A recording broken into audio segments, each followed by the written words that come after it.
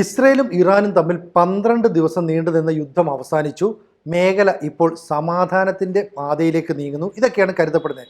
പക്ഷേ ഇതിന് ശേഷവും ഇറാനിൽ ഒറ്റപ്പെട്ടതും ഇടയ്ക്കിടെ ഉണ്ടാകുന്നതുമായ ചില സംഭവവികാസങ്ങൾ, ചില സ്ഫോടനങ്ങൾ, ചില അതിക്രമങ്ങൾ, ചില തീപിടുത്തങ്ങൾ ഇതൊക്കെയാണ് ഉണ്ടായിക്കൊണ്ടിരിക്കുന്നത്. അവിടെ നിർത്തിയിട്ടിരിക്കുന്ന കാർ പൊട്ടിത്തെറിക്കുന്നുണ്ട്. പിന്നീട് ചില വീടുകളിലെ ഇലക്ട്രിക് സർക്യൂട്ട് കത്തിമാറുന്നു. ചില കമ്പനികളിലും സമാനമായ സ്ഫോടനങ്ങളൊക്കെ ഉണ്ടാകുന്നു. അപ്പോൾ സ്വാഭാവികമായിട്ടും ഇതേക്കുറിച്ച് ചില അന്വേഷണങ്ങളൊക്കെ നടത്തിയപ്പോൾ ഇവർക്ക് മനസ്സിലാകുന്ന കാര്യം അടിസ്ഥാന സൗകര്യങ്ങളുടെ കാലപ്പഴക്കം മൂലമുണ്ടാകാവുന്ന സംഭവങ്ങൾ. പക്ഷേ ഓരോ ദിവസം കഴിയും തോറും ഇതിൻ്റെ എണ്ണം കൂടിക്കൂടി വരികയാണ്. അപ്പോൾ ഒരു ദിവസം ഒന്നോ രണ്ടോ സ്ഫോടനങ്ങൾ ഉണ്ടാകുന്നു, അടുത്ത ദിവസം ഒന്നോ രണ്ടോ പൊട്ടിത്തെറികൾ ഉണ്ടാകുന്നു, ചില സമയത്ത് അപ്പാർട്ട്മെൻറ്റിനുള്ളിൽ തീപിടുത്തം ഉണ്ടാകുന്നു. ഇതേ വീടുകൾക്ക് പുറത്ത് അല്ലെങ്കിൽ അപ്പാർട്ട്മെൻറ്റിലൊക്കെ നിർത്തിയിട്ടിരിക്കുന്ന പൊതുസ്ഥലത്ത് നിർത്തിയിട്ടിരിക്കുന്ന കാറുകൾ പൊട്ടിത്തെറിക്കുന്നു. മാത്രമല്ല, വടക്ക് കിഴക്കൻ ഇറാനിലെ മഷാദ് എന്ന് പറയുന്ന അന്താരാഷ്ട്ര വിമാനത്താവളത്തിനടുത്ത് വരെ ഒരു തീപിടുത്തമുണ്ടായി. ഇത് വന്നപ്പോഴാണ് ഒരു സംശയം ഇറാനിലെ ഭരണകൂടത്തിനുണ്ടായത്. എല്ലാ ദിവസവും എങ്ങനെയാണ് തീപിടുത്തങ്ങളും സ്ഫോടനങ്ങളും ഉണ്ടാകുന്നത്? അപ്പോൾ ഓരോ ദിവസവും ഇത്തരത്തിലുള്ള കാര്യങ്ങൾ സംഭവിക്കണമെങ്കിൽ ഇതിന് പിന്നിൽ ആരെങ്കിലും പ്രവർത്തിച്ചിട്ടുണ്ടാകാം.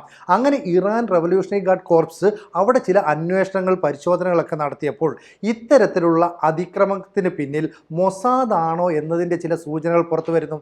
കാരണം അവർ ഇസ്രയേലിൽ നിന്ന് ഇറാനിലേക്ക് എത്തിയാൽ ഒരു ഉദ്യമത്തിനായിരിക്കുമല്ലോ എത്തുക. ആ ഉദ്യമം പൂർത്തീകരിച്ചതിന് ശേഷം മാത്രമേ അവർ പിൻവാങ്ങുകയുള്ളൂ. അത് മൊസാദിൻ്റെ ഒരു തന്ത്രമാണ്. ലോകത്ത് മറ്റൊരു സംഘടനയ്ക്കും സാധിക്കാത്ത തന്ത്രങ്ങൾ, ലോകത്ത് ഒരു സംഘടനയ്ക്കും ചെയ്യാൻ കഴിയാത്ത ഓപ്പറേഷൻ, ഇതൊക്കെ വൈദഗ്ധ്യത്തോടെ ചെയ്തു തീർക്കുന്ന ഒരു സംഘടനയാണ് മൊസാദ്. അപ്പം മൊസാദിൻ്റെ സാന്നിധ്യം അവിടെയുണ്ടോ? ഇതാണ് ഇപ്പോൾ സംശയിക്കപ്പെടുന്നത്. അപ്പോൾ ഷൂ ഫാക്ടറിയിൽ സ്ഫോടനമുണ്ടായി, തൊട്ടടുത്ത അപ്പാർട്ട്മെൻറ്റിൽ തീപിടുത്തമുണ്ടായി, വീടുകൾക്കുള്ളിലെ ഇലക്ട്രിക് സർക്യൂട്ട് കത്തി നശിക്കുന്നു, വിമാനത്താവളത്തിൻ്റെ അടുത്ത് പോലും സ്ഫോടന സമാനമായ സംഭവങ്ങൾ ഉണ്ടാകുന്നു. അപ്പോൾ വലിയ ശക്തമായ ആക്രമണങ്ങളല്ല, സ്ഫോടനങ്ങളല്ല, പൊട്ടിത്തെറികളല്ല. പക്ഷേ തുടർച്ചയായിട്ട് ദുരൂഹമായ സാഹചര്യത്തിൽ ഇതുണ്ടായപ്പോൾ ഭരണകൂടം ഉണർന്നു. ഇറാൻ ഭരണകൂടം ഇതേക്കുറിച്ച് അന്വേഷണം നടത്തി. കൃത്യമായ തുമ്പുകളോ തെളിവുകളോ ഒന്നും ലഭിച്ചില്ല. പക്ഷേ അവർക്ക് ചില സൂചനകൾ ലഭിച്ചു. ഈ അതിക്രമത്തിന് അല്ലെ ആക്രമണത്തിന് പിന്നിൽ മൊസാദാണ്. അവർ തന്ത്രപരമായ ചില നീക്കങ്ങൾ നടത്തുന്നു. നമുക്കറിയാം, ഈ ഹിസ്ബുള്ളയെ തീർക്കാനായിട്ട് ലെബനനിൽ ഈ മൊസാദ് നടത്തിയ ഓപ്പറേഷൻ ആർക്കും ചിന്തിക്കാൻ കഴിയാത്ത, ലോകം ഇന്ന് വരെ കണ്ടിട്ടില്ലാത്ത ഒരു മൊബൈൽ ഫോൺ അല്ലെങ്കിൽ ഈ പേജറുകളൊക്കെ പൊട്ടിത്തെറിക്കുന്ന തരത്തിലുള്ള ഒരു അതിക്രമം നടത്തി. എന്തിന്? ഇസ്മയിൽ ഹനിയ എന്ന് പറയുന്ന ഹമാസിൻ്റെ നേതാവ് ഇറാനിൽ ഏറ്റവും അധികം സെക്യൂരിറ്റി ഉള്ള ഒരു ഗസ്റ്റ് ഹൗസിൽ താമസിക്കുന്നു.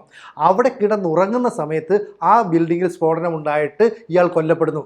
ഇത് മൊസാദിൻ്റെ ഓപ്പറേഷൻ തന്ത്രങ്ങളിൽ ഏറ്റവും മികച്ചതാണ്.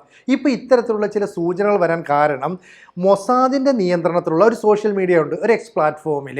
അവർ പേർഷ്യൻ ഭാഷയിൽ ചില സൂചനകൾ അതിനകത്ത് നൽകുന്നു. ഇതിനകത്ത് പറയുകയാണ്, അതായത് നമുക്ക് എന്തെങ്കിലുമൊക്കെ ദുരാത്മാക്കളുടെയോ അല്ലെങ്കിൽ അതുപോലെ തന്നെ ശാപങ്ങളുടെയോ ഒക്കെ ഒരു സാന്നിധ്യം ഉണ്ടാവുകയാണെങ്കിൽ അതിൽ നിന്ന് സംരക്ഷണം നൽകാനായിട്ട് അല്ലെങ്കിൽ നേടാനായിട്ട് പരമ്പരാഗതമായിട്ട് യസ്ഫാൻഡ് കത്തിക്കും.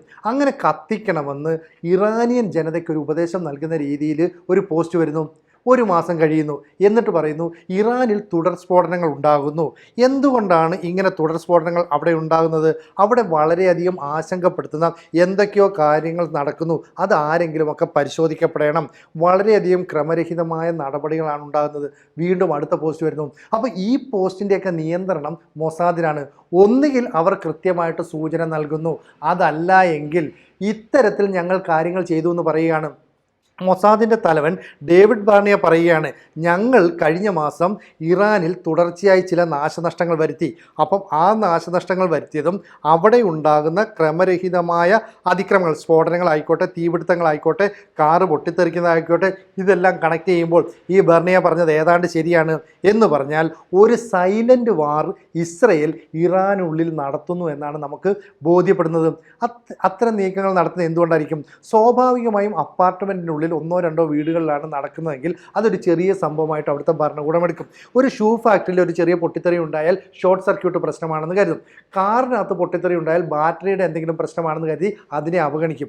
അപ്പോൾ ഇത്തരത്തിൽ ചെറിയ ചെറിയ ആക്രമണങ്ങളിലൂടെ ഇറാൻ്റെ നട്ടെല്ല് തകർക്കാനായിട്ട് ഇസ്രായേൽ ശ്രമം നടത്തുകയാണെന്ന് ഒരു സംശയമുണ്ട്.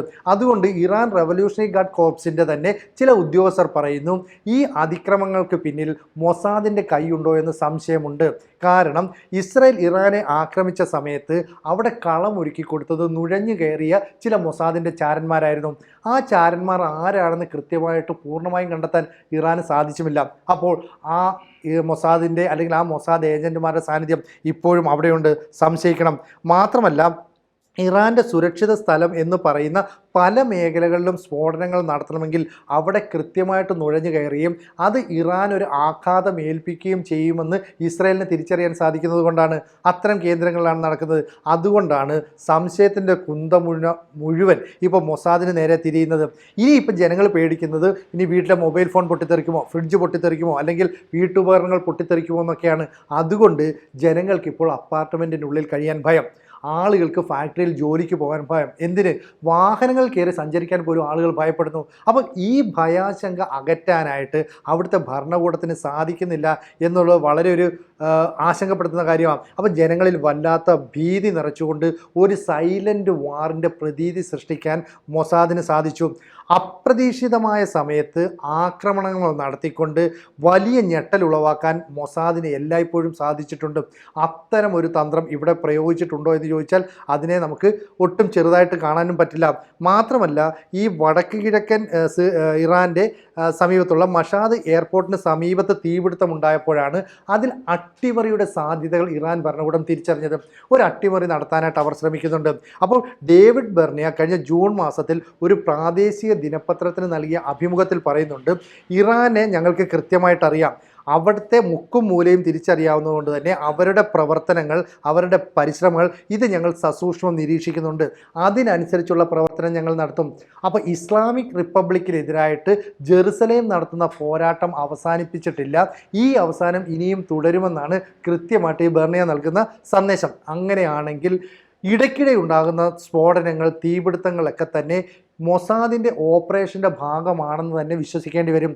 പക്ഷേ അവിടുത്തെ ജനങ്ങളെ ഭയാശങ്കയിലാക്കാതിരിക്കാൻ വേണ്ടി ഇത്തരം കാര്യങ്ങൾ തുറന്നു പറയില്ല. അയത്തുള്ള അലി ഖാമനേയി ഉൾപ്പെടെയുള്ളവരെ ഇപ്പോൾ പുറത്തു കാണുന്നില്ല. അവരെയും സുരക്ഷിതമായി മാറ്റി പാർപ്പിച്ചു IRGC എന്നൊക്കെയാണ് മനസ്സിലാക്കുന്നത്. അതിൻ്റെ വിവരങ്ങളൊക്കെ പുറത്തു വരാനുള്ളൂ. എന്തായാലും മൊസാദ് ചില ഉദ്യമങ്ങളുമായിട്ട് ഇറാനുള്ളിൽ തന്നെയുണ്ട്. ഓരോ ദിവസവും 1-2 സ്ഫോടനങ്ങളും പൊട്ടിത്തെറികളും അതിക്രമങ്ങളും ഒക്കെ അവിടെ നടക്കുന്നുണ്ട്. ഇത് ദുരൂഹമായ സാഹചര്യത്തിലാണ് നടക്കുന്നത്. ഇതേക്കുറിച്ച് അന്വേഷണം നടത്തിയിട്ട് തെളിവോ തുമ്പോ ഒന്നും കിട്ടുന്നില്ല എന്നുള്ളത് തന്നെ ആ രാജ്യത്തിനുള്ളിൽ മൊസാദ് നടത്തുന്ന ഓപ്പറേഷൻ്റെ വിജയമായിട്ടാണ് കണക്ക് കൂട്ടുന്നത്. അപ്പോൾ ലോകത്ത് ഇത്ര വൈദഗ്ധ്യത്തോടെ തന്ത്രപരമായിട്ട് ഓപ്പറേഷൻ നടത്താനുള്ള കഴിവ് മൊസാദിന് മാത്രമേ ഉള്ളൂ. ചുരുക്കം പറഞ്ഞാൽ ഇസ്രയേൽ എപ്പോൾ വേണമെങ്കിലും ഇറാനെ ആക്രമിക്കാമെന്നൊരു മുന്നറിയിപ്പ് നൽകിയിട്ടുണ്ട്. അതുമായിട്ട് കൂട്ടിച്ചേർത്ത് വായിച്ചാൽ ഇപ്പോൾ മൊസാദ് അവിടെ നടത്തുന്നത് കൃത്യമായ ഓപ്പറേഷനാണ്. അതെല്ലാം തന്നെ ഏതാണ്ട് വിജയത്തിലെത്തിയെന്നുമാണ് നമുക്ക് മനസ്സിലാക്കാൻ കഴിയുക.